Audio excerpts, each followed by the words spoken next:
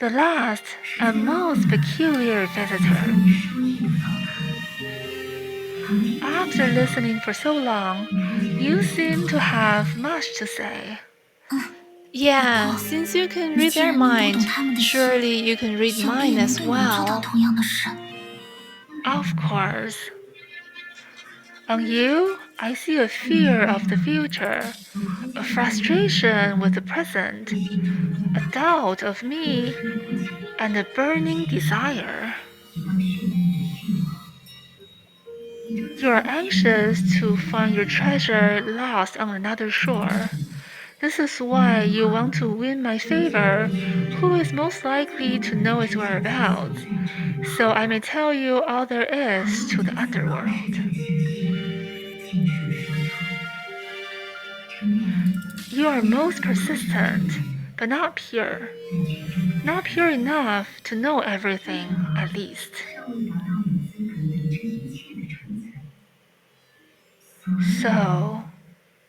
So the next step is to advise us to see this tower sage. You speak my mind. I see. I was wondering why our Nostradamus was so small-minded, exaggerating what I've done and throwing shades at me. This makes sense if it's you, Miss Dell.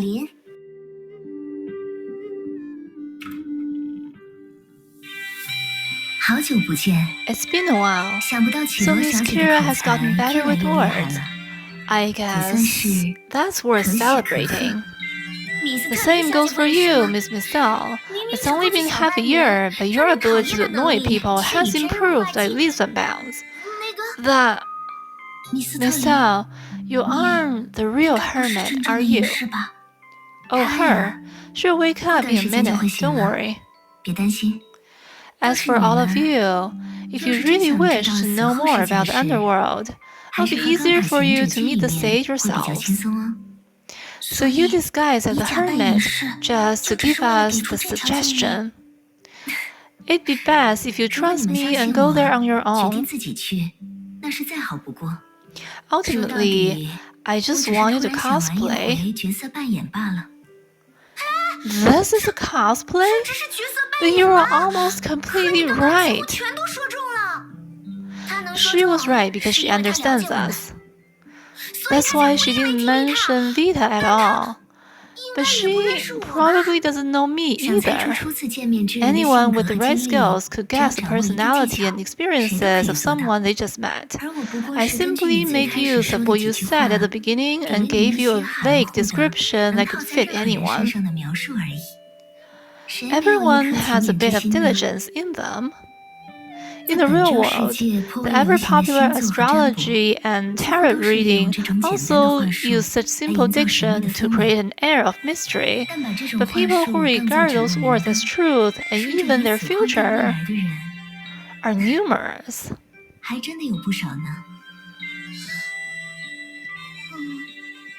But I truly meant the last thing I said to Susanna. Of course, I also truly wish to introduce you to the sage. What if we say no?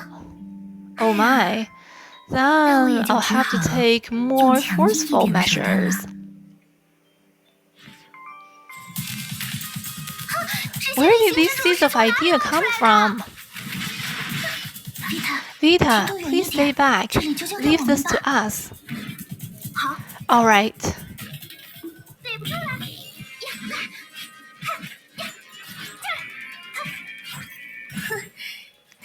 She calls it an invitation, but in reality, she tricks us again and again. I'm so done. Is this the kind of trap I read in books? Let's focus on taking out the enemies now.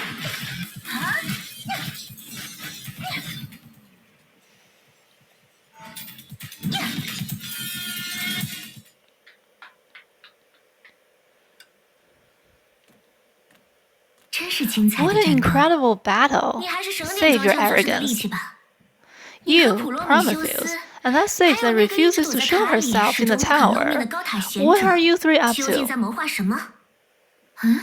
Did nobody tell you about it? Let's see. If I must give an explanation now, save the universe. How's that? But our universe is doing just fine. Miss Vita, it's the other world that we truly want to save. The underworld that you believe in and pray for.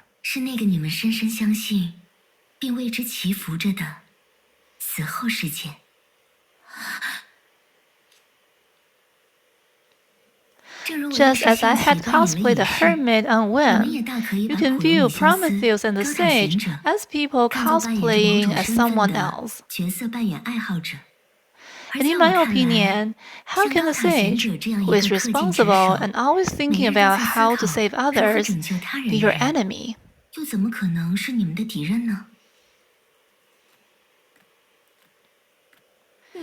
You save the universe.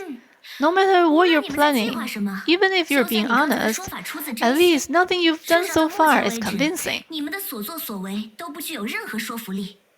In fact, it irritates me. Of course, it might be because I'm looking at you through colored glasses. I'm just a salty idol after all. I'm being blinded by the snow if I don't put on some shades. What should I do? I can't chime in. It's okay. I believe Ch37 knows what she's doing. Probably. So you're uncertain too? Irritate? I see. In that case, all of you can go to the real border of the holy city. When you notice that matter again, all the secrets will be answered.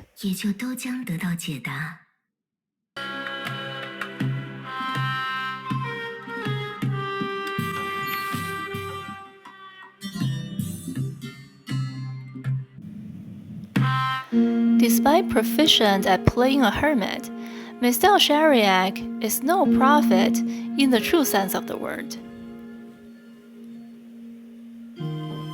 She was unaware that the other world, in dire need of saving, was about to witness a crucial event.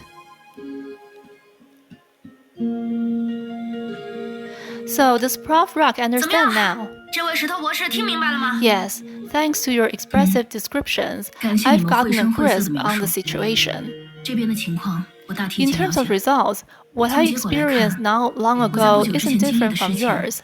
I was supposed to arrive at the same place as my rescuee, but found myself in the underworld that's full of will-o-wisps. You probably don't know her, but my scientific attitude compels me to ask. Do you know Shiguri Kira? The two that didn't see eye to eye both shook their heads. She's your rescuee? Yes, my partner to be exact. She had an accident on her first entry into a bubble universe. I picked up her distress signal and rushed to her rescue, but got stranded here. Fine, just don't tell me Hair did this. I conjecture this has nothing to do with the Sigma, and is caused by a rule above common knowledge instead. I'm not corporal, so I'm essentially a mass of thinking energy.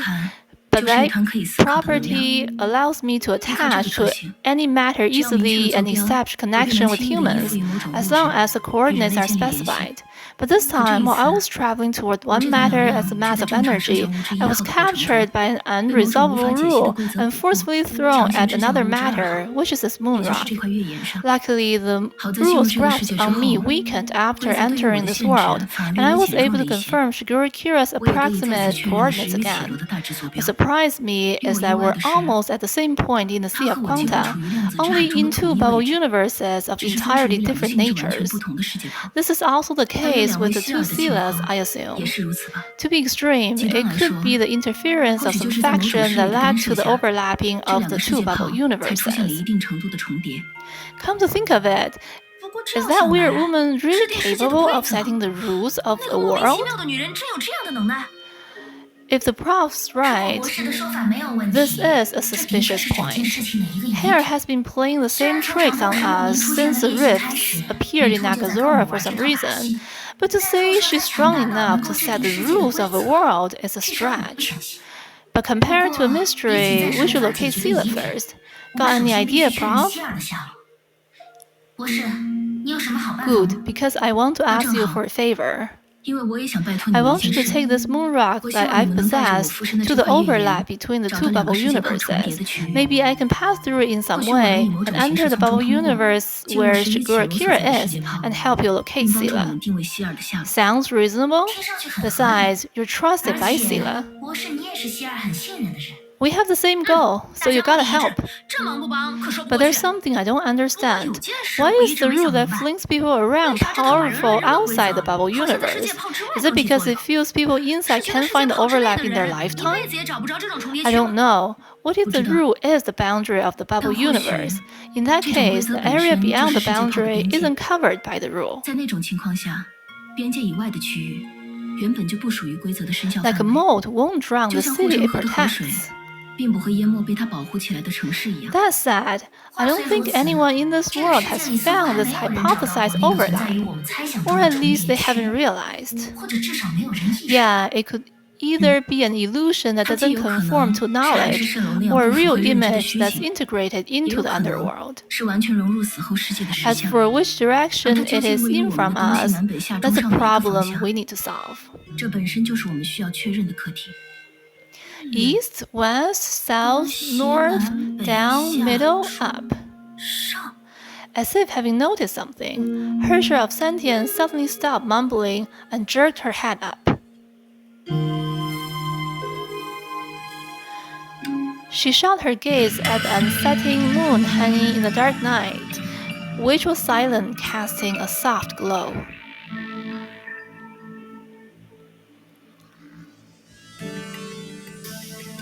So this is it. What is it? Nothing. Just a wise Herrscher of Sentience having an epiphany. Huh? Look at the moon in the sky. It's half real and out of ordinary people's reach, matching the qualities of the overlap we're looking for. And the Sila you miss is probably on the moon, or the world before death, as the souls call it. Moon, we aren't looking for Kiana. Who said only Kiana can stay on the moon? You should know that celestial bodies in a bubble universe isn't the same as the real world. One could even say they're purely ornamental. How's Sila supposed to stay on this kind of thing? Don't jump to conclusions. I have my reasoning. First of all, have you ever wondered why the people here turned into will-o-wisps? Because they're dead. How did they die?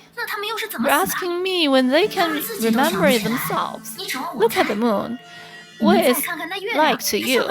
Since Sila said it's an ornament, then it being a hole in the sky isn't impossible, right?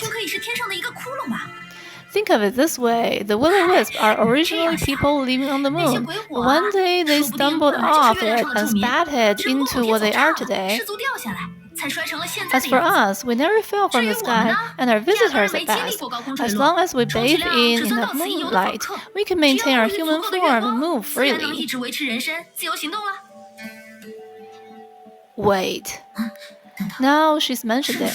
Herrscher of Sentience. I think we both overlooked something. The girl raised the moon rock in her hand until its contour aligned in between the moon and her eyes. If the people living on the moon can fall down, why can't the moon itself? Maybe the people here call the moon rock, not because it can emit the moon's glow, but because it's part of it. For that reason, it can preserve souls like the moon. You don't say. That links something else together. Prof Rock, although you can't see, the lake we're at is abundant with glowing moon rocks. Obviously, this unique sight can only be created by a lot of labor or nature. The former is ruled out since will-o-wisps don't have a physical body to grab moon rocks. So there's only one explanation. This lake is right under the source of moon rocks, or fuller moon rocks wouldn't have piled up like this. But along these lines, the moon in this bubble universe isn't an ornament at all. What could it be? Yeah, what do you think the moon rock could be? Her bizarre contact with the moon rock made her subconsciously categorize it into the rare and precious, just like those ghosts.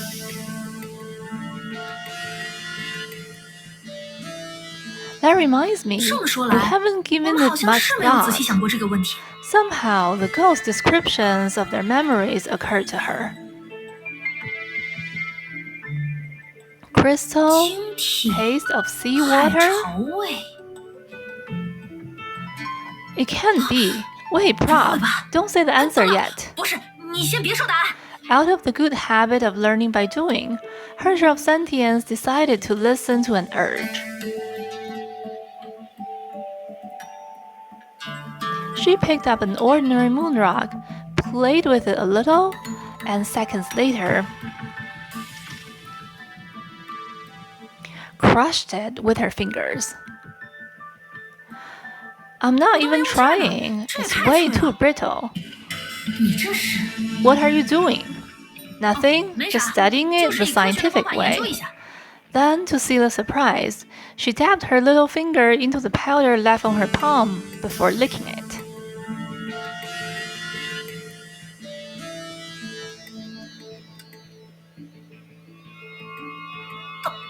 So salty! After all, glowing aside, moon rocks aren't any different from moon salt in the real world. Wait, this is really just a big salt? Yeah, I'm possessing one, so I can learn their chemical composition. But a slowly crumbling rock salt is clearly not a stable celestial body. Since you two believe something fantastic exists right above us, the next thing I would ask you to do is to head toward the border of milky sand and observe the moon's change as you go. I get it. You can only see the whole of the mountain from afar. When we're far away enough, the moon will reveal its true form, right? Given that the bubble universe is rather small, I believe it wouldn't take much time. However, her of sentience suddenly changed the topic. You weren't very honest, were you? You said chemical composition. That means you knew it's salt all along. Sodium chloride. Of course. But if it wasn't for the discussion, I don't think we could have reached an agreement so quickly. I truly have nothing but the knowledge this rock has brought me. Fine, now's not the time to bicker. Herrscher of sentience, let's get moving. We might find Sela soon. Right. Sela, you just... Am I being paranoid?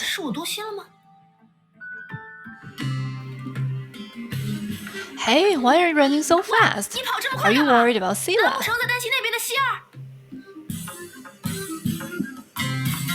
Save it for yourself. She's tougher than you think. Especially her mouth. I'm the only person she can't out-talk.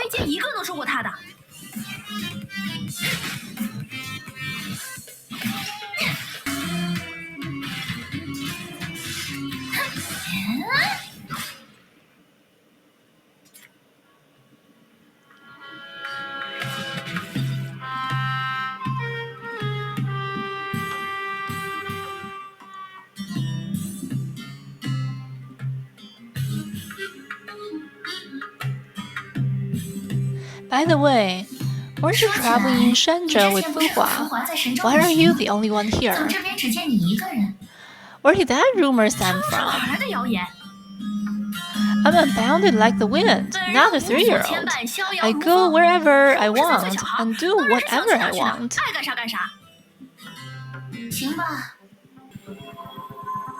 When we're finding our way forward in the dark, we'll hold on to anything we come across, as if it is the only hope.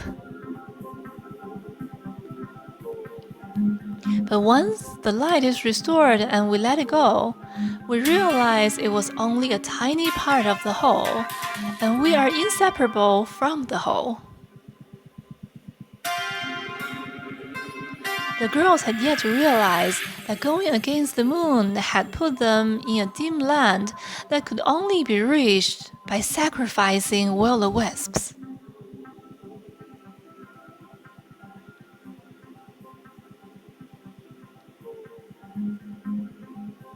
And the simple action of observing the moon had led them into another labyrinth. So this glowing thing really isn't the moon. As it is difficult for the inhabitants of Milky Sand to describe the day, the visitors from the outside world couldn't immediately process what they saw.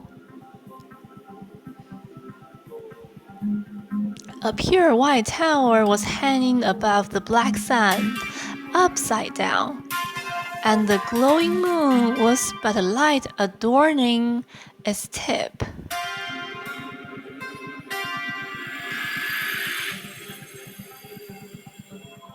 A translucent line appeared above their heads.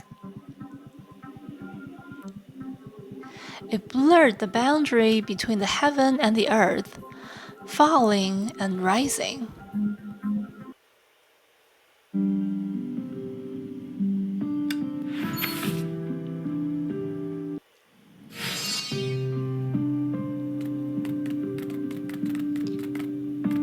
Is this a place? Yeah, this is a village on the borders of South Snow Holy City. But this place feels weird. It's a part of the South Snow Holy City, but black things are everywhere. This is probably why Hare told us to come here.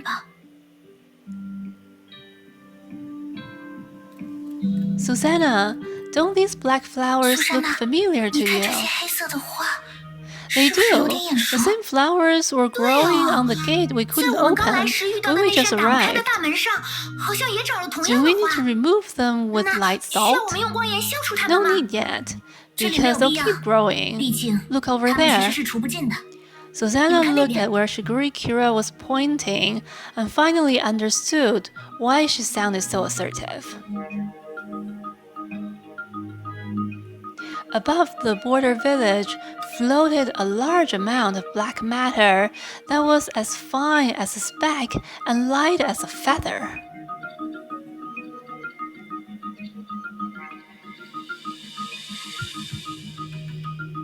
Something imperceptible and chilling happened in the gloom. The moment they drifted to the ground, they changed into palm-sized black flowers.